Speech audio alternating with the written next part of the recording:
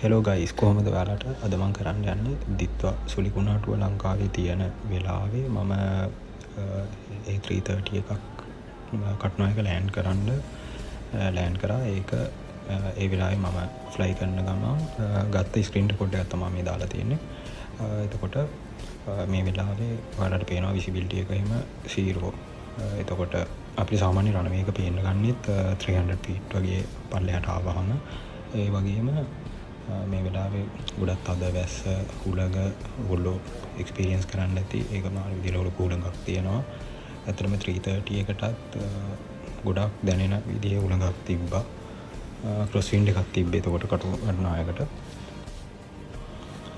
ඇත්තට මේකෙදි අපි දැන් අප්‍රෝච් එකට එන්නේ සාමාන්‍ය නෝමල් අප්‍රෝච් එක වගේ නෙමෙයි. ක්‍රොස් වින්ඩ් අප්‍රෝච් එකකදී එන්නේ එයාක්‍රාෆ්ට් එක ඇංගල් එකකට හදාගෙන. ඒකට කියන්නේ සාමාන්‍ය ක්‍රැබ් ඇංගල් හදාගෙන එන්නේ. සාමාන්‍ය කියන්නේ නෝස් එක පැත්තකට තියෙන්නේ. ඒ වුණාට ඇත්තටම එයාක්‍රාෆ්ට් එක යන්නේ තව පැත්තකට. ඒ කියන්නේ මේකෙදි පේනවා ඇති ඔයගොල්ලන්ට හරහට වගේ යන්නේ. එතකොට මම මේකේ අවුට්සයිඩ් විව් එක ගත්ත වීඩියෝ එකක් තියෙනවා. ඒක මම ඊළඟ එකකින් අප්ලෝඩ් කරන්නම්. ඒකත් බලන්න.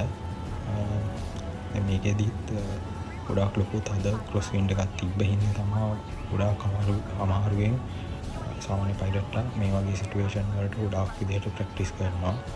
මොකද මේ වගේ එකක් උඩදී එකපාරට එන්න පුළුවන්.